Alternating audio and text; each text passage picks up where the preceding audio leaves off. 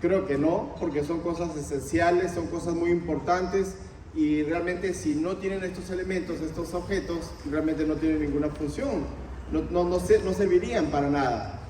Del mismo modo, y hablando de nuestra fe, de la resurrección, hablando de la vida cristiana, existe un ingrediente muy principal, muy esencial, muy importante, que es la resurrección de Cristo. Y si nosotros no creemos en la resurrección de Cristo, estamos quitándole un ingrediente esencial, principal a nuestra fe. Y en el transcurso de la historia ha habido personas que han querido negar la resurrección de Cristo. Si ustedes se acuerdan, ahí mismo cuando abrimos nuestras Biblias y encontramos el relato de la muerte y la resurrección de Cristo, estaban ahí los líderes judíos y ellos bajaron, ¿no?, a los soldados ahí y dijeron: bien, digan ustedes que han venido sus discípulos y ellos son los que se han llevado el cuerpo, ¿no? Y nosotros vamos a protegerles porque cuando vengan las autoridades a preguntarles y dónde está, tal vez ustedes se quedaron dormidos, porque si eso pasaba, pues les costaba su vida a ellos, les iban a matar. Entonces dijeron: nosotros vamos a protegerles y nosotros vamos a intervenir para que no les maten a ustedes. Así que desde aquella época vemos que han habido personas que han tratado de negar la resurrección de Cristo Jesús. En el transcurso del tiempo ha pasado y vemos que ha habido grupos como los gnósticos también, que decían que no, que realmente Jesús no resucitó, que fue otra persona, y no creían en la resurrección. El tiempo ha seguido pasando y encontramos la teología liberal, teólogos liberales, que también algunos de ellos no creen en la resurrección de Cristo Jesús. Dicen: bueno, sí, Él vive, pero cuando uno lo recuerda, Él vive cuando uno lee sus escrituras y está presente, ¿no? Es como cuando algunos fallece una persona y dicen: nunca te habrás ido, nunca habrás muerto, estás siempre en nuestros corazones, ¿no? Hasta hoy en día la gente utiliza a veces esta expresión.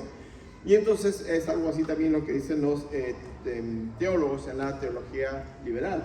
Pero tal vez una de las cosas también tristes, y tal vez incluso la más triste, hablando de la resurrección de Cristo Jesús, es que algunos pueden decir: sí, yo creo en la resurrección de Cristo Jesús, pero su vida no refleja una creencia en Cristo como Salvador y como Señor, porque si Él resucitó, Él venció a la muerte, Él venció al pecado, Él es victorioso, Él señorea, no está ahí crucificado. Tal vez algunos podemos ver alguna imagen, algún dibujo o alguna estatua o algo así en la que Él está crucificado, pero realmente eso no es permanente. Eso hace más de 2000 años que Él fue sacado de la cruz, lo pusieron en un sepulcro y la Biblia nos enseña que Él resucitó al tercer día. Así que nuestras vidas debemos vivirlas reconociendo el señorío de Cristo, reconociendo la victoria de Cristo sobre el pecado, sobre la muerte, y nosotros debemos vivir una vida que refleje a Cristo en nuestras vidas. Vámonos a 1 Corintios capítulo 15, vamos a centrarnos ahí en 1 Corintios capítulo 15. No tenemos hoy día la pantalla, el ecran, y ustedes sí tienen sus Biblias, pueden compartir con quien esté cerca a ustedes, y vamos a ver 1 Corintios capítulo 15, versículos 1 al 8, y vamos a regresar a ver las bases de nuestra fe cristiana, qué es lo que Dios nos dice en su palabra acerca de la resurrección de Cristo Jesús. Sabemos que no es un cuento bonito como tal vez el de Blancanieves o el de la Cenicienta, ¿verdad? Sino que es un hecho histórico. Eso es lo que nos enseña la Biblia. 1 Corintios capítulo 15, versículos 1 al 8 dice: ahora, hermanos, quiero recordarles el evangelio que les prediqué, el mismo que recibieron y en el cual se mantienen firmes. Mediante este evangelio son salvos si se aferran a la palabra que les prediqué. De otro modo habrán creído en vano, porque ante todo les transmití a ustedes lo que yo mismo recibí: que Cristo murió por nuestros pecados según las Escrituras, que fue sepultado, que resucitó al tercer día según las Escrituras, y que se apareció a Cefas y luego a los 12, después se apareció a más de 500 hermanos a la vez, la mayoría de los cuales vive todavía, aunque algunos han muerto. Luego se apareció a Jacobo, más tarde a todos los apóstoles, y por último, como a uno nacido fuera de tiempo, se me apareció también a mí, escribe el apóstol Pablo. Ahora, ¿en qué debemos mantenernos firmes? Porque el texto dice aquí que debemos mantenernos firmes. Y la respuesta está en el mismo texto, ¿verdad?, que acabamos de leer. Dice que nos debemos mantener firmes en el Evangelio. En el Evangelio, y si nosotros hemos creído este Evangelio, hemos creído estas buenas noticias, sabemos que la palabra Evangelio significa exactamente buenas noticias, debemos mantenernos firmes en eso. Es tan importante, es tan trascendente el Evangelio, Y tal vez alguno de nosotros dice, sí, escucho mucho la palabra evangelio y sus derivados, ¿no? Evangélico, evangelista, etc. Pero, ¿qué es evangelio? ¿Qué significa esa palabra? Y la acabamos de leer ahí. Pablo resume el evangelio aquí en los versículos 3 y 4. Dice, porque ante todo les transmití a ustedes lo que yo mismo recibí, que Cristo murió por nuestros pecados según las Escrituras, que fue sepultado, que resucitó al tercer día según las Escrituras. Entonces el mensaje del Evangelio no se me ocurre definirlo a mí, de qué trata, o no tiene que definirlo algún grupo de personas, o no sé, algún concilio, o alguna confesión religiosa.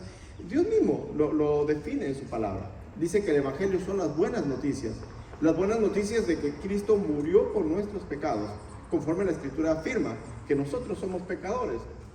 Y es una realidad, es una verdad.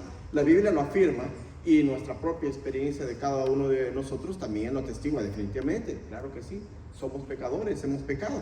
Entonces la Biblia dice que Jesús murió por nuestros pecados conforme las Escrituras y que resucitó al tercer día, ¿verdad? Y ese es el mensaje del Evangelio. La palabra evangelio es una palabra en griego que traducido al castellano significa buenas noticias. Las buenas nuevas de que nosotros podemos ser salvos gracias al sacrificio de Cristo Jesús en la cruz del Calvario. Ayer tuvimos nuestro concierto y veíamos que esta palabra, ¿no?, es vicario. Vicario significa sustituto. Entonces el Evangelio es un mensaje que nos habla del sacrificio sustitutorio, el sacrificio vicario, el sacrificio que hizo Cristo Jesús.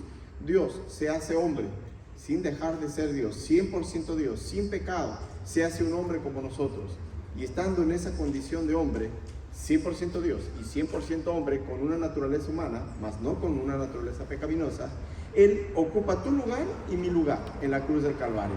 Tu lugar y mi lugar, o sea, es un sacrificio sustitutorio, ocupa tu lugar y mi lugar. Y Él paga el precio de nuestro rescate, para que tú y yo no seamos condenados eternamente al infierno, sino para que tú y yo podamos tener vida eterna. Jesús murió en la cruz del Calvario. Ese es un mensaje que la Biblia dice que somos salvos por gracia, por medio de la fe. No intervienen nuestras obras porque nuestras obras no nos pueden salvar. Imaginémonos, si nosotros pudiéramos ser salvos por las acciones buenas que nosotros hagamos, esa idea, ¿no?, clásica ahí, como que hay una balanza y como que tal vez Dios va a poner ahí su dedo en la parte central de la balanza y si pesa más lo bueno, nuestras buenas acciones, entonces iremos al cielo. Pero si pesa más las malas acciones, entonces iremos al infierno. Y eso tal vez es una idea que nosotros podemos tener o que alguien nos ha enseñado, pero no es algo que dice la Biblia. Efesios 2:8-9 dice, por gracia sois salvos, por medio de la fe. Y esto no de vosotros, pues es don de Dios, no por obras, para que nadie se gloríe. Nuestras buenas obras no tienen ningún papel para que nosotros seamos salvos. Es lógico, ¿verdad? Porque si nosotros pudiéramos ser salvos por nuestras buenas obras, por nuestras buenas acciones, ayudar a un viejito, donar sangre, ayudar a cruzar la pista a un invidente, o dar cierta cantidad de dinero frecuentemente en una determinada iglesia, o hacer un rito religioso en cualquier iglesia. Si nosotros pudiéramos ser salvos por cualquiera de ese tipo de cosas, entonces Dios Padre hubiera mandado a Cristo Jesús. Cristo Jesús hubiera sido necesario que tome una naturaleza humana y que pase todo ese sacrificio cruento que Él pasó. ¿Se acuerdan? Le escupieron, le desnudaron, le golpearon en la cara, se burlaron de Él y le clavaron una corona de espinas y le dieron muchísimos latigazos en la espalda, pero no esos chicotazos que nos han dado tal vez a nosotros de pequeños, sino esos latigazos romanos que terminaban con muchas bolas ahí de metal o de hueso y con muchas esquirlas ahí, y que cada vez que daban, no solamente uno, sino tenían múltiples a la vez terminaciones, y golpeaban a la persona, pero cuando lo sacaban para volverle a golpear, arrancaban piel y arrancaban músculo también. Y quedaba expuesto el tejido celular subcutáneo, quedaba expuesto partes internas, como decimos hoy en día, carne viva, ¿verdad? Y le volvían a golpear y volvían a golpear, y después encima tuvo que cargar la cruz, una cruz muy pesada, en una colina llamada Gólgota o de la calavera, y tuvo que cargar cuesta arriba con todo ese dolor, y luego le tuvieron que estirar los brazos para clavarle, y al estirarle los brazos le dislocaron estos brazos y le clavaron estos clavos que atravesaron sus muñecas y que atravesaron sus pies. Y Jesús, sabiendo de todo ese dolor humanamente, ustedes recordarán cuando estuvo en el jardín de Getsemaní, él dijo: Padre, si es posible, pasa de mí esta copa, pero no se haga mi voluntad, sino hágase la tuya. Entonces pensemos, ¿guarda alguna lógica de que él tuviera que hacer todo eso? Dejar su trono de gloria con millares de ángeles, serafines, querubines, arcángeles que le adoran, para venir a pasar todo eso, si hubieran diferentes formas de salvarse.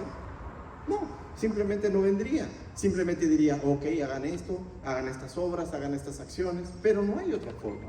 Jesús mismo, en el libro de Juan, capítulo 14, versículo 6, dice: yo soy el camino, la verdad y la vida. Nadie viene al Padre si no es por mí. Él dice: yo soy el camino. Y esto indica que no hay otra forma, porque él no dice: yo soy un camino, como que existen otras formas de llegar al Padre y ser salvos.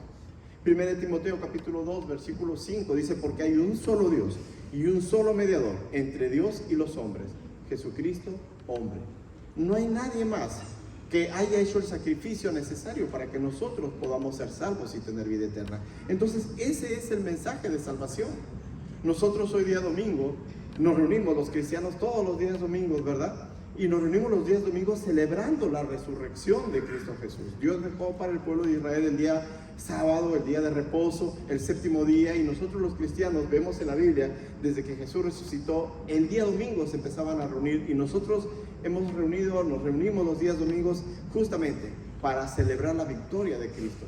Y la tumba está vacía, la cruz está vacía, lo bajaron, lo pusieron en una tumba, pero la tumba también está vacía. El día domingo, cuando se acercaron ahí algunas mujeres al sepulcro, te acordarás, dice la Biblia, que estaba la puerta, la piedra ahí que había puesto como puerta había sido rodada hacia un costado, y ya no estaba él ahí, ¿no? Y los ángeles le dijeron: ¿a quién vienen a buscar? No está aquí, ha resucitado. Así que ese es el mensaje de salvación, ese es el mensaje del Evangelio. Y Pablo dice que este mensaje es central, repetimos, versículos 3 y 4, porque ante todo les transmití a ustedes lo que yo mismo recibí, que Cristo murió por nuestros pecados, según las Escrituras, que fue sepultado, que resucitó al tercer día, según las Escrituras. Pablo dice: ese mensaje que yo he escuchado, ese mensaje que me dio salvación, porque Pablo era muy religioso, muy religioso. Pablo era un judío, y en cuanto a los grupos de la religiosidad judía, él era un fariseo, uno de los grupos que trataban de pegarse a las Escrituras, pero le habían agregado costumbres y tradiciones también ahí, y tenía mucho celo, y él iba y perseguía a la iglesia. Pero hay un momento en el que Pablo conoce a Cristo Jesús como el Salvador de su vida, escucha este mensaje de salvación que dice: esto es lo que he escuchado y lo que también les estoy transmitiendo a ustedes. Y Pablo dice: todo esto en lo cual yo confiaba antes, mi religiosidad, mi herencia familiar, mi herencia de ser del pueblo de Israel, descendiente de Abraham, yo estaba confundido, dice Pablo. Yo estaba confiando en ritos religiosos, estaba confiando en mi apellido, estaba confiando en mi ascendencia, y me doy cuenta que esto no me sirve para nada. Esto es, Pablo dice, basura. No me sirve para ser salvo, no me sirve para ser un seguidor de Cristo. Y Pablo llega a tener ese encuentro especial con Jesús como su Salvador personal. Ahora, ¿cómo nosotros podemos saber que el mensaje del Evangelio es un mensaje real? ¿Cómo podemos darnos cuenta de ello? Bueno, lo sabemos porque sucedió en cumplimiento de las Escrituras. Esto es lo que vemos que Pablo ha dicho por lo menos en dos ocasiones, en el versículo 3 y en el versículo 4. Si ustedes se percatan, él dice: conforme a las Escrituras, conforme a las Escrituras. Y eso es muy importante, ¿verdad? En la Biblia encontramos diferentes textos que nos hablan acerca de Cristo Jesús, profecías que nos hablaban de él, profecías que dicen que nacerá de la Virgen, profecías que dicen que nacerá descendiente de la tribu de Judá, del rey David, que nacerá allí en Belén de Efrata, una ciudad muy pequeñita. Profecías que dicen cómo los romanos, los soldados, le iban a dar latigazos y lo iban a crucificar, y iban a echar suerte sobre su ropa, y le iban a clavar una lanza. Muchas profecías encontramos en el Antiguo Testamento cientos de años antes de que esto suceda, y todas esas profecías tuvieron un cumplimiento literal, tal como estaba profetizado que iba a suceder. Efectivamente así sucedió. Y en Isaías el capítulo 53, el versículo 6 dice: el Señor hizo recaer sobre él la iniquidad de todos nosotros. Versículo 5 también dice que nosotros estábamos descarriados como ovejas sin pastor, mas Jehová cargó en él el pecado de todos nosotros, ¿verdad? Es decir, está hablando de ese sacrificio vicario que acá hemos mencionado hace un momento, sustitutorio, Él ocupando nuestro lugar, pagando el precio de nuestro rescate para que nosotros podamos ser salvos. Eso es lo que dice el versículo 5, 4, 5, 6 de Isaías. Mas Él herido fue por nuestras rebeliones, molido por nuestros pecados, y el castigo de nuestra paz fue sobre Él, para que podamos estar en paz con Dios. Él pagó el precio de nuestro rescate. Ahora, todo esto había sido profetizado, como digo, mucho tiempo antes, cientos de años antes. Imaginémonos que un día apareciera un nuevo cometa, ¿no? Y la NASA dice, yo ya sabía sobre ese cometa que iba a aparecer. ¿Y qué es la respuesta o el pensamiento que tendría la gente? Sería, bueno, si ya sabían, ¿por qué no nos avisaste? ¿No? ¿Por qué no nos informaron? Hay muchas personas que les gusta estar atentos con su telescopio, y a veces incluso se puede observar sin telescopio y estar mirando, ¿no? Y entonces, ¿por qué no nos avisaste? Y para estar atentos a ello. Ahora, imaginémonos que la NASA dijera, hemos descubierto con nuestros telescopios potentes que va a aparecer un gran cometa y va a pasar en tal fecha, en tal horario más o menos. En el hemisferio norte podrán verlo en tales horarios, y en el hemisferio sur podrán verlo en tales horarios, y la gente pues entonces se alista para verlo, ¿no? Con sus binoculares, etcétera, o telescopios que pueden tener, y miran y dicen, oh, la NASA nos advirtió. Qué bueno, ¿no? Porque nos permitió estar preparados y nosotros poder estar listos y poder observarlo, no desperdiciar esa gran oportunidad de ver un cometa, que no es algo que todos los días sucede. Entonces, la aparición de ese cometa sería la confirmación del anuncio que la NASA habría hecho de que iba a aparecer un cometa. Entonces, la gente dice, ok, sí, ¿no? La NASA tenía razón, es una confirmación. Y del mismo modo, el hecho de que Jesús murió por nuestros pecados, conforme a las Escrituras, según ha mencionado Pablo varias veces aquí, es una fuerte confirmación de que la muerte de Cristo Jesús es un hecho real, que sucedió y que es el precio suficiente para rescatarnos de la condenación del infierno. Entonces, lo sabemos que es un hecho real porque las Escrituras una y otra vez han dado información acerca de Cristo, su nacimiento, su sacrificio, su resurrección, y sucedió. Vez tras vez la profecía se cumplió literalmente, como encontramos en las Escrituras. Pero también vemos una confirmación más en el hecho de que es un hecho histórico, ¿verdad? Versículos 4 al 8, 1 Corintios capítulo 15, versículos 4 al 8, dice que fue sepultado. Está hablando, recuerden, de Cristo Jesús. Dice que fue sepultado, que resucitó al tercer día según las Escrituras, y que se apareció a Cefas y luego a los 12, después se apareció a más de 500 hermanos a la vez, la mayoría de los cuales vive todavía, aunque algunos han muerto. Luego se apareció a Jacobo, más tarde a todos los apóstoles, y por último, como aún no nacido fuera de tiempo, se me apareció también a mí. Y en este pasaje vemos una lista de varias personas que vieron, dice la Biblia, a Cristo Jesús después de su muerte y después de su resurrección. Vieron a Cristo Jesús después de su resurrección. Menciona a Cefas. ¿Quién es Cefas? Pedro. Cefas es otro nombre para Pedro. Jesús le dijo, ¿no? Le cambió de nombre y le dijo, tú te llamarás Pedro. Entonces dice las Escrituras, por ejemplo, le vio Pedro. ¿Quiénes más le vieron? Los discípulos juntos. Si ustedes se acordarán, camino de Maús, por ejemplo, ahí se pareció a algunos discípulos, y luego cuando estaban los discípulos reunidos ahí en una habitación, se apareció a los demás discípulos. Recordemos, discípulos y apóstoles no es exactamente lo mismo. Apóstoles solamente 12, hasta ese momento 12 apóstoles. Después, bueno, ya hubo Pablo, ¿no? Lo mencionan las Escrituras, pero se apareció a los apóstoles ahí, y que su resurrección fue un acto corporal, un acto físico. Su cuerpo resucitó. Fue demostrado que él pidió que le den de comer, ¿se acuerdan? Y le trajeron comida, y entonces él comió, y los demás pudieron ver que efectivamente no era un holograma, que no era un fantasma, sino que físicamente había resucitado. Pero había uno ahí que todavía tenía dudas. ¿Se acuerdan quién era? Tomás que dudaba, el dídimo Tomás, ¿no? Y entonces Jesús le dijo, ven, mete tu mano aquí para que te convenzas, ¿no? Mete tu mano aquí en el costado donde le clavaron la lanza. Y él fue y exactamente se confrontó sus dudas y dijo, oh sí, ha resucitado. Entonces dice Pablo dice, ¿quiénes lo vieron? Lo vio el apóstol Pedro, lo vieron los discípulos de Jesús, dice que también lo vieron aproximadamente 500 personas. Era un grupo grande, era un grupo bastante numeroso. Dice que también lo vio Jacobo, ¿verdad? El hermano de Jesús, también llamado Santiago en el Nuevo Testamento. Y finalmente, incluso el apóstol Pablo mismo, cuando estaba camino a Damasco, tuvo este encuentro con Jesús y él también lo vio ahí. Ahora, la mayoría de estas personas que vieron a Jesús pagaron pagaron un costo muy alto por su testimonio, por mantener su testimonio de que sí, efectivamente ellos vieron a Jesús resucitado. Y ese costo tan alto fue sus propias vidas, porque eso no le gustó a las autoridades romanas, eso no les gustó a los líderes religiosos ahí del Sanedrín, del grupo de los judíos, no les gustó. Y a muchas de estas personas, por afirmar, atestiguar y mantenerse firmes en el hecho de que efectivamente sí, nosotros lo hemos visto, hemos estado con él, lo hemos escuchado, les costó su propia vida. Ahora imagínate, ¿alguien estaría dispuesto a dar su propia vida por sostener una mentira?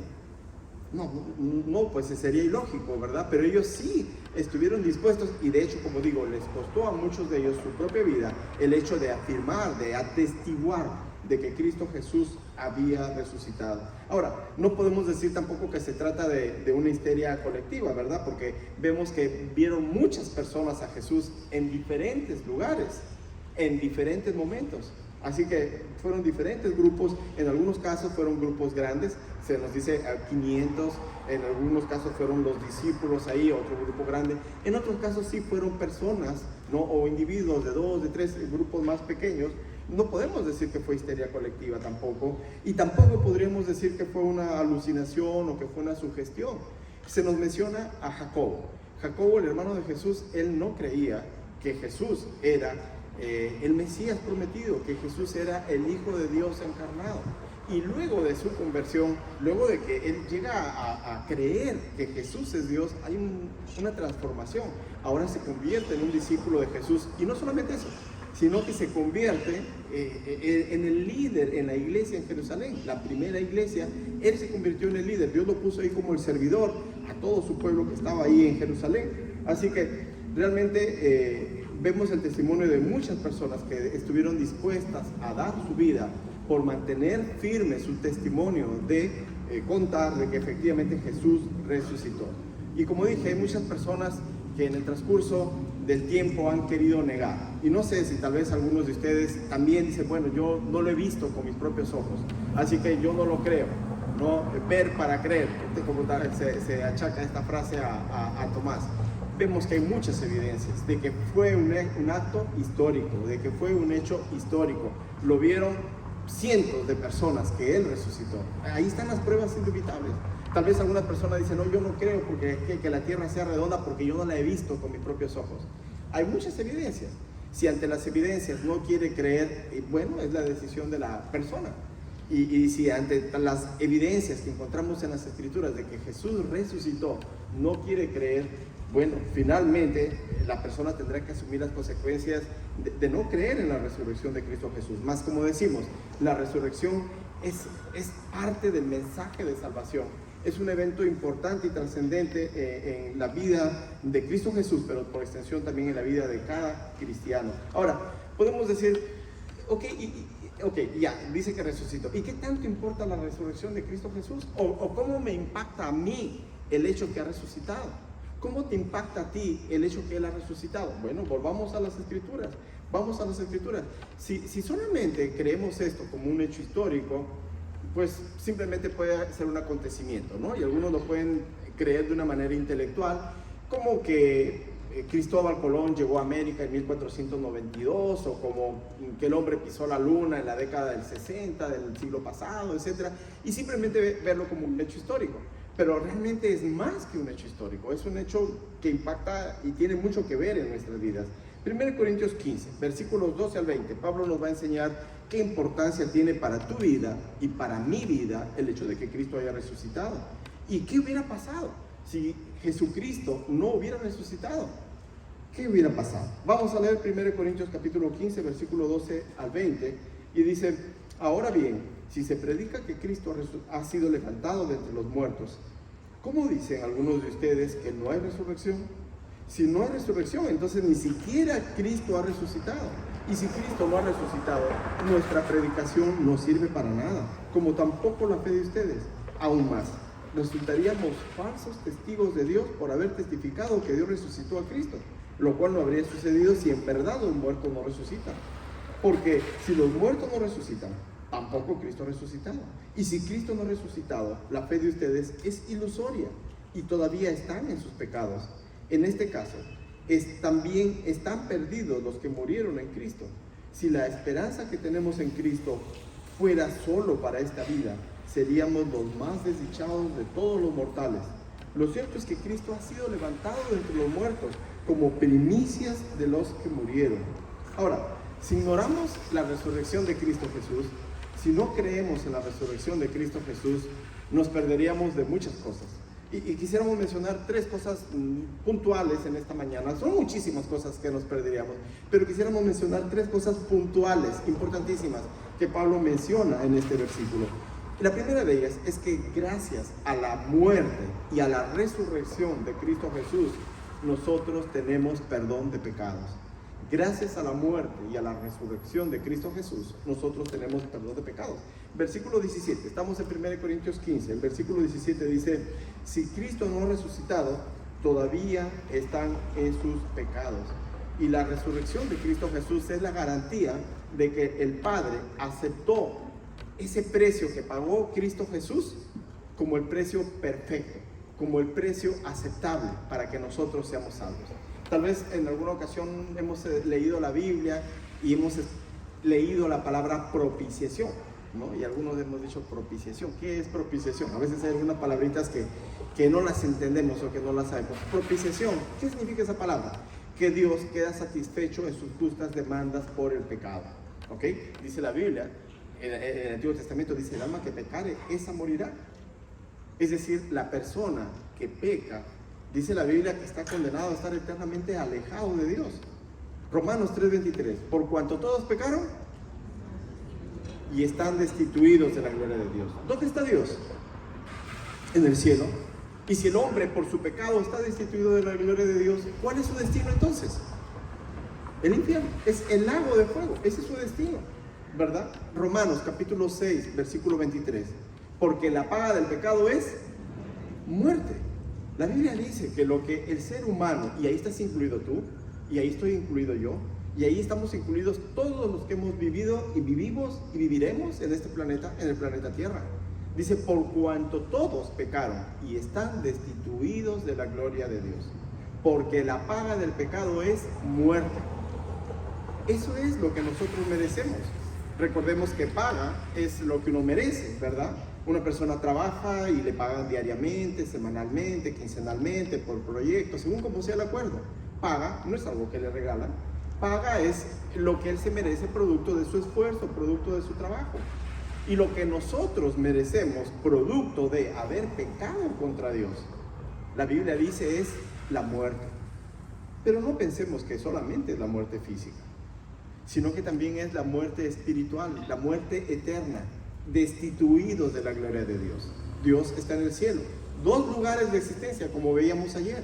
Eso es lo que enseña la Biblia, solamente 2 lugares de existencia. El cielo, donde mora Dios, y están los ángeles, querubines, etcétera, etcétera. Un lugar santo, donde no puede entrar el pecado, y nosotros somos pecadores. Por eso es que estamos destituidos de la gloria de Dios. La paga del pecado es muerte, es decir, separados eternamente de Dios. Y eso es triste. Esas son malas noticias. Pero aunque a veces no nos gustaría escuchar malas noticias, tú sabes que cuando tenemos un diagnóstico así, es necesario saberlo. Tapar el diagnóstico y no me digas lo que tengo, pues no es la solución de nada, ¿verdad? Es como decimos, tratamos de tapar el sol con un dedo. Necesitamos saber qué es lo que tenemos para ver si se puede hacer algo al respecto. Y en este caso, el diagnóstico de nuestra vida, la Biblia dice que estamos eternamente condenados al lago de fuego. Una separación eterna de Dios, y eso es lo que tú y yo merecemos. La Biblia dice que Jesús no vino para condenarnos. Juan capítulo 3, versículo 18, dice que Él no ha venido a condenarnos porque ya estamos condenados. Ya hemos sido condenados. Dice en el libro de Lucas, Jesús mismo dice, el Hijo del Hombre vino a buscar y a salvar lo que se había perdido. Ese fue su propósito, buscar y salvar de la condenación del infierno.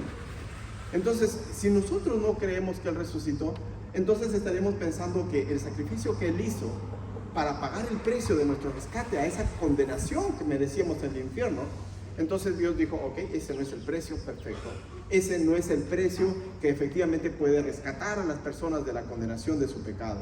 No estoy satisfecho con ese precio. Y entonces estaríamos todavía condenados, no podríamos ser perdonados de nuestros pecados. Pero el hecho de que Jesucristo resucitó es una prueba de que el Padre dijo, ok, perfecto, yo soy propicio. La sangre de Cristo Jesús, su muerte en la cruz del Calvario, derramando su sangre, es el precio perfecto para que las personas puedan ser rescatadas de la condenación del infierno. Es el precio perfecto. Y Jesús lo afirma, yo soy el camino, la verdad y la vida. Nadie viene al Padre si no es por mí. Entonces, es importante porque nos muestra que el Padre quedó satisfecho en sus justas demandas por el pecado y que el sacrificio de Cristo efectivamente pagó nuestro rescate de la condenación al infierno. Y eso realmente debe ser motivo de gozo para nosotros. ¿Alguna vez tú ofendiste a alguien o hiciste algo a alguien que tú querías mucho y realmente te sentías mal por lo que le hiciste? No sé, ¿qué fue? ¿Desobedeciste a tu mamá, a alguien, a un amigo? Tal vez en algún momento le fallaste. ¿Cómo te sentías? Tal vez triste, te sentías apenado, ya no había esa misma amistad, había cierto distanciamiento, había vergüenza tal vez en tu corazón, hasta que escuchaste de tu amigo, tu mamá, tu papá, escuchaste de esta persona, ok, no te preocupes, te perdono. ¿Y qué sentimos? Sentimos alivio. Sentimos como que nos quitaron un peso de nuestro cuerpo. Y entonces esa relación deteriorada nuevamente pudo acercarse y uno puede disfrutar y estar nuevamente en comunión con esa persona. Eso es lo que pasa.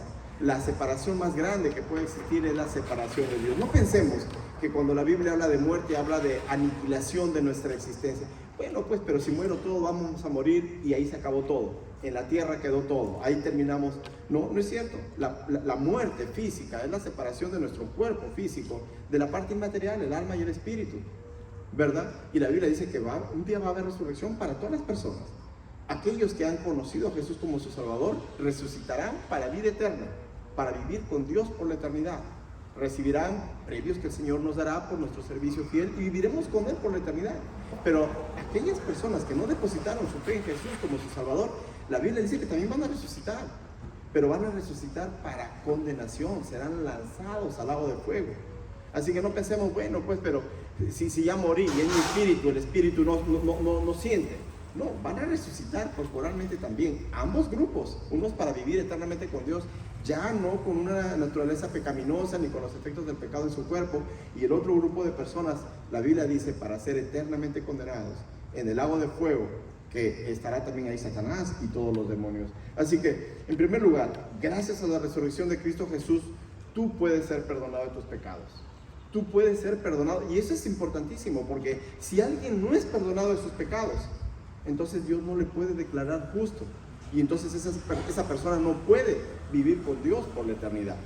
Solamente podemos vivir con Dios por la eternidad si nosotros, tú, yo, reconocemos que somos pecadores y arrepentidos de haber pecado contra Dios, le pedimos a Dios que nos perdone por nuestros pecados, le suplicamos que nos perdone, nos aferramos a Él como nuestro Salvador, porque Él es el único camino al Padre, porque Él es el único mediador entre Dios y los hombres. Y entonces, al pedirle que nos perdone, arrepentidos de nuestros pecados, ¿qué es lo que hace Dios? La Biblia dice que Dios dice, el que a mí viene, no le echo fuera. Él nos perdona de nuestros pecados, dice 1 de Juan capítulo 1, y nos limpia de nuestra maldad. Y entonces Dios nos declara justos. La justicia de Cristo es puesta a tu favor, a mi favor. Y de esa manera, al ser perdonados y la justicia de Cristo puesta a nuestro favor, podemos entrar a los cielos y vivir con Dios por la eternidad. Así que, ¿te parece importante o trascendente la resurrección de Cristo Jesús? Sí. Si no hay resurrección de Cristo Jesús, querría decir que el Padre no fue satisfecho en sus demandas por el pecado. Y entonces la sangre de Cristo no nos podría perdonar y limpiar de nuestra maldad. Pero Él resucitó, y eso demuestra que el Padre está satisfecho en que eso sí, la muerte y resurrección de Cristo nos puede perdonar y limpiar de nuestra maldad. En segundo lugar, gracias a la resurrección de Cristo Jesús, tú y yo podemos tener vida eterna al ser perdonados de nuestros pecados. Si Jesús no hubiera resucitado, 1 Corintios capítulo 15, versículo 8 dice, y también están perdidos los que murieron en Cristo. Si Él no hubiera resucitado, dice que estarían perdidos eternamente, ¿verdad? Pero Él resucitó, y aquellas personas que han muerto, dice 1 Corintios capítulo 4, versículo 13 al 18, cuando Cristo venga por su iglesia, resucitarán, ¿verdad? Ellos no están perdidos, ellos tienen vida eterna. La resurrección de Cristo Jesús es una garantía de que nosotros también resucitaremos, de que nosotros también vamos a vivir con Dios por la eternidad. Se cuenta de una persona, era un niño, que su casa quedaba cerca al cementerio, y este niño estudiaba por la tarde, ¿no? Salía aproximadamente 6 de la tarde, ya está oscureciendo, tenía que cruzar el cementerio para llegar hasta su casa. Entonces algunos de sus amigos le preguntaban, ¿no tienes miedo de cruzar el cementerio? Tal vez algunos de nosotros de adultos diremos, a mí que soy de adulto me da un poco de miedo, imagínense un niño. Y entonces le preguntaban a sus amigos, ¿no te da miedo cruzar el cementerio? Y la respuesta del niño fue, no, porque sé que al otro lado está mi casa. Y esto podríamos tomarlo metafóricamente. ¿No te da miedo un día ir a parar al cementerio? ¿No te da miedo que un día vas a morir? Y sí, ciertamente, si es que Cristo no viene antes por su iglesia y nosotros ya le hemos conocido como nuestro Salvador, iremos con Él a morar por la eternidad, pues todos vamos a ir a parar al cementerio. Pero en el caso de aquellos que somos hijos de Dios, no debemos temer a la muerte. Justamente cantábamos, ¿verdad? ¿Se acuerdan? Porque Él vive. No temeré el mañana, un día el río cruzaré, ¿no? Hablando metafóricamente que un día todos vamos a fallecer. Pero ¿tenemos miedo de la muerte? ¿Debemos de tener miedo de la muerte? Si nosotros no supiéramos a dónde vamos a ir luego de que nosotros muramos, sí deberíamos tener miedo. Porque, ¿y cuál será el destino eterno? Porque eso ya sí es un lugar eterno. Ayer veíamos Hebreos 9:27, mencionábamos en la noche, que la Biblia dice que está establecido para el hombre que muera una sola vez, y después de esto, el juicio. La Biblia no habla de que cuando yo me muera, tal vez iré al purgatorio y tendré una oportunidad para purgar y pagar ahí mis pecados y entonces luego iré al cielo. No, la Biblia no habla de que, bueno, según mi karma, si he hecho buen karma, mal karma, bueno, el saldo, ¿no? Hay de acciones buenas y malas, según eso se determinará mi próxima reencarnación y según eso veré pues en qué me reencarno. No, la Biblia no habla de reencarnación, la Biblia no habla de purgatorio. La Biblia dice que ahora es el tiempo que nosotros tenemos para reconocer que somos pecadores, pedirle perdón a Dios por nuestros pecados y confiar en Jesús para nuestra salvación. No hay otra oportunidad después que muramos, porque dice, recuerden, Hebreos 9:27, está establecido para el hombre que muera una sola vez y después de esto, el juicio. Hombre y mujer, obviamente. Después de esto, el juicio. Así que ahora es el tiempo. Y si es tan trascendente y tan importante, ¿por qué posponerlo? ¿Por qué pensar, no, bueno, cuando tenga 60 años, ¿no? Ya todavía ahora voy a vivir la vida, ¿no? Y voy a disfrutar de la vida, más adelante pensaré en eso. La verdad que no sabemos cuántos años vamos a tener, no sabemos cuántos años vamos a vivir y estar sobre la tierra. Y si la decisión es tan importante que tiene que ver con la eternidad de mi vida, ¿por qué no ahora mismo hacer algo? Pensar en qué es lo que tengo que hacer para con Dios y qué decirle al Señor. Así que la resurrección de Cristo Jesús es una garantía de que nosotros también vamos a resucitar y que vamos a tener vida eterna. Recuerda cuando Jesús resucitó, dice la Biblia que se abrieron una tumba y varias personas así mismo resucitaron también, ¿verdad? Y bueno, después de ellos, algunos de ellos fueron muriendo. Ahora, esa es una victoria sobre el pecado, victoria sobre la muerte. Y la muerte de Cristo y su resurrección de la tumba, salir de la tumba y todo ello, también es una prueba más y una garantía más de que nosotros, en medio del dolor o en medio de la tristeza o en medio de las vicisitudes que podemos tener en nuestra vida de manera cotidiana, tenemos una esperanza sólida, una esperanza firme. 1 Corintios 15, el versículo 19. 1 Corintios 15, 19 dice, si la esperanza que tenemos en Cristo Jesús fuera solo para esta vida, seríamos los más desdichados de todos los mortales. Nosotros sabemos que el apóstol Pedro, por predicar el Evangelio, pasó muchos momentos difíciles. Fue azotado, estuvo en alta mar como un náufrago, ¿no es cierto? También la Biblia nos dice que fue apedreado, que fue encarcelado, pasó muchos momentos difíciles. ¿Por qué? ¿Acaso no le iba bien a Pablo en su vida antes de conocer a Cristo? Sí, tenía una muy buena posición social, una muy buena posición económica, muy reconocido en su medio, ¿verdad? Pero él pasó todo esto por compartir el Evangelio de Cristo Jesús, porque él sabía que este mensaje es importante, que las personas necesitaban escuchar cómo es que ellos podían ser salvos, cómo es que ellos podían ser perdonados de sus pecados y tener vida eterna. Así que si Jesús resucitó de la muerte, venció al pecado, venció a la muerte, podía ayudar al apóstol Pablo también en los momentos difíciles de su vida. Y de hecho lo hizo, ¿verdad? El libro de Filipenses que estamos viendo los días domingos, justamente Pablo nos habla de ese gozo que él podía tener y descansar en medio de los momentos difíciles en su vida, de la presencia de Dios. Descansar en Él, confiar en los planes de Dios. Esta leve tribulación momentánea, decía el apóstol Pablo, comparando con lo que es la vida eterna, ¿no? Con la eternidad de la presencia de Dios. Así que si Jesús pudo vencer la muerte, podía ayudar al apóstol Pablo en los momentos difíciles de su vida. Y si Jesús pudo vencer la muerte, y de hecho venció a la muerte, puede ayudarte a ti y a mí también en los momentos difíciles de nuestra vida.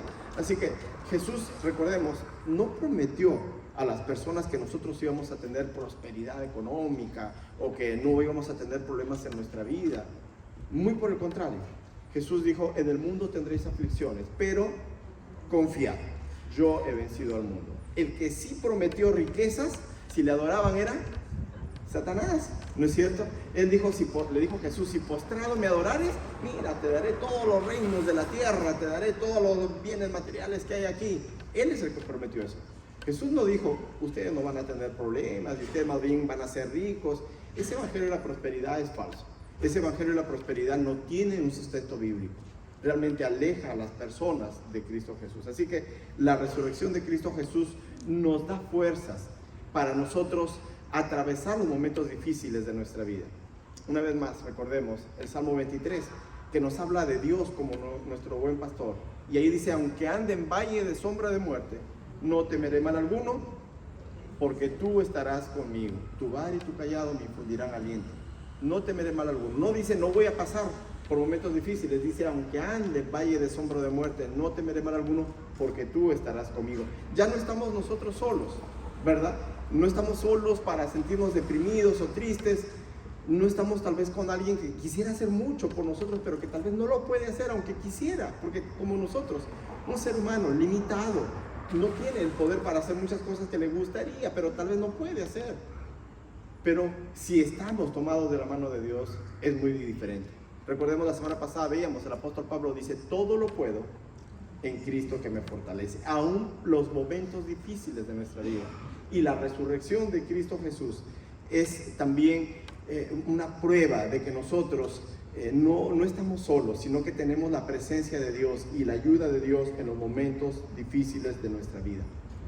En cierta ocasión, una maestra de escuela dominical había llevado, ustedes saben que en algunos lugares se acostumbran a hacer los famosos huevos de Pascua, ¿no es cierto?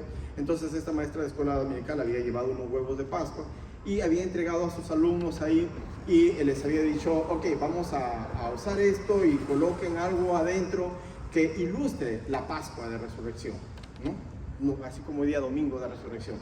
Pueden usar cosas de aquí del salón, o pueden salir del salón aquí al patio, al jardín, usen algo y ahí en el huevo ilustren esta Pascua de Resurrección. Entonces los chicos empezaron a coger cosas, algunos cogieron algunas hojitas, hablando del verdor, ¿no? La vida. Otros de ellos metieron algunas flores ahí, hablando de Cristo Jesús. Cada uno de ellos en su mente dándole un simbolismo a lo que colocaban. Algunos pusieron una piedrita también, como simbolizando la piedra ahí que tapaba el sepulcro, ¿no? la tumba, y que fue movida ahí. Y pusieron muchas cosas, pero hubo un niño que no puso nada. Entonces ya cuando la maestra empieza a llamar a los chicos y pedirles que muestren qué es lo que cada uno de ellos había puesto, a veces los chicos son acusetes, ¿no? Y entonces, ya yo he puesto la piedra por esto, la flor por esto, la hojita por esto. y pensaron que el niño no había hecho nada. Dijeron, maestro, no le ha obedecido, no ha hecho nada, no ha puesto nada, ¿no? Y el niño, cuando se acerca y muestra el huevo vacío y dice, esto ilustra para mí la fiesta de Pascua, el domingo de resurrección. ¿Pero por qué? No has hecho nada, ¿no? Como que quiere barajarla. Y él dice, no, es que está vacío, porque la tumba está vacía. Él resucitó. Interesante, ¿verdad? Porque justamente dejarlo vacío era una gran ilustración. Él ya no está en la tumba. La Biblia dice que temprano por la mañana, el día domingo, se acercaron sus discípulos y lo que encontraron fue las sábanas a un costado. Y los ángeles ahí que le dijeron, ¿a quién buscan? No está aquí, ha resucitado. Y Jesucristo ha resucitado. ¿Amén? Amén. Y como hemos dicho, esta parte del Evangelio, la resurrección de Cristo Jesús, si te has dado cuenta, es trascendente. Querer negar esa parte como parte de nuestra fe cristiana es quitarle el motor, es quitarle la esencia de nuestra fe. Porque si Cristo no ha resucitado, la Biblia dice, somos los más dignos de conmiseración, los más dignos de lástima. Estamos creyendo en alguien que realmente no pagó el precio de nuestro rescate. Estamos creyendo en alguien que realmente no nos puede dar vida eterna. Estaríamos creyendo en alguien que su sacrificio fue como el sacrificio de Tupac Amaru, de Kawide, de cualquier otra persona que se sacrificó por su pueblo, pero ahí quedó. Pero sin embargo la Biblia dice, Él resucitó, hubieron muchísimas pruebas en cumplimiento de las Escrituras y muchísimos testigos. Y su resurrección es realmente una garantía de que tú un día puedes resucitar. Resucitar para vivir eternamente con Dios. Si es que reconoces que eres pecador, reconoces que eres pecadora. Si te arrepientes de tus pecados, de haber pecado contra Dios, le suplicas que te perdone de tus pecados, que te limpie de tu maldad, y crees con todo tu corazón, confías que Jesús es Dios, se hizo hombre, murió en la cruz del Calvario para pagar el precio de tu rescate. Al morir derramó su sangre preciosa. Ese fue el precio de tu rescate para que tú puedas tener vida eterna. No hay otra forma, recuérdalo. Si hubiera otra forma, pues Él hubiera dicho, hagan esto y vivirán, hagan esto y tendrán vida eterna. Pero no hay otra forma. Terminamos con Juan 14:6. Jesús dijo, yo soy el camino, la verdad y la vida. Nadie viene al Padre si no es por mí. Por mí. No dijo por mí y los ángeles, por mí y María, por mí y los apóstoles, por mí y tus obras, por mí y un rito que hagas en cualquier iglesia evangélica, mormona, la que sea. No, solamente por Él, porque Él es Dios hecho hombre, que pagó el precio de tu rescate. Si no sabes dónde vas a pasar la eternidad, ¿sabes que tú lo puedes saber? La Biblia dice que el que tiene al Hijo, tiene la vida, tiene vida eterna. Así que si tú en esta mañana reconoces que eres pecador, le pides perdón a Dios por tus pecados y confías en Jesús para tu salvación, tienes al Hijo. Y si tienes al Hijo, la Biblia dice que tienes vida eterna. Has pasado de muerte a vida. Has nacido de nuevo. Eres parte de la familia de Dios. Puedes contar con Dios en tu vida, en todo momento y en toda circunstancia. Y hay que imitarle, hay que seguir sus enseñanzas. ¿Sí? Vamos a ponernos en pie, vamos a orar. Y si en esta mañana tú quieres acercarte a Dios y decirle a Él que te perdone tus pecados, arrepentido de corazón y que confías en Él para tu salvación, pues bienvenido. Es un tiempo en el que tú lo puedes hacer y puedes abrirle tu corazón y decirle al Señor en oración. Si quieres conversar conmigo o con algún otro hermano en nuestra iglesia, estamos dispuestos también hoy día y en cualquier momento para hacerlo. Vamos a orar. Padre Celestial, Señor, este mediodía estamos agradecidos a ti, Padre, porque si Cristo no hubiera resucitado, pues estaríamos aún perdidos en nuestros pecados, estaríamos muertos espiritualmente y condenados a una muerte eterna, separados de ti en el lago de fuego por la eternidad.